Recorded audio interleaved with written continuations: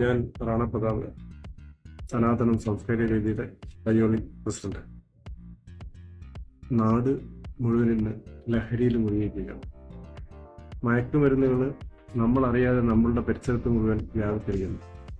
ചെറിയ UP school കുട്ടികൾ മുതൽ അതിന്റെ ആരംഭം പ്രതികരിക്കുന്നവരല്ല.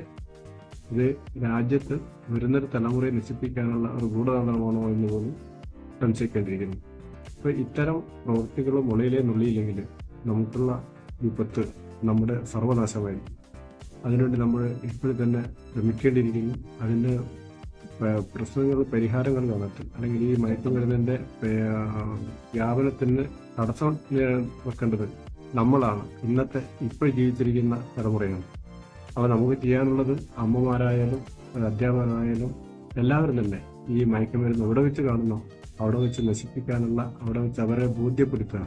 ഇന്നത്തെ തലമുറയ്ക്ക് എന്താണ് മയക്കുമരുന്ന് അല്ലെങ്കിൽ എന്താണ് ജീവിതം, ഈ രണ്ടും ഒന്നും അറിയില്ല.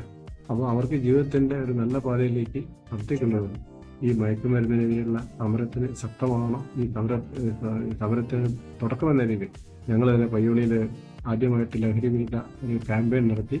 അതേപോലെ തുടർന്നും നമ്മുടെ പയ്യോളിയിൽ ഇത്തരം പ്രവർത്തനങ്ങൾ നടത്തും. പയ്യോളിയിലെ പോലീസും മുനിസിപ്പാലിറ്റിയും ഭരണാധികാരികളും എല്ലാവരും നടത്തുന്ന സമരത്തിന് എല്ലാം ഒപ്പം ചേരണമെന്ന് ഒരിക്കൽ കൂടി അവർ വാക്കുകൾ ഉദ്ധരിക്കുന്നു.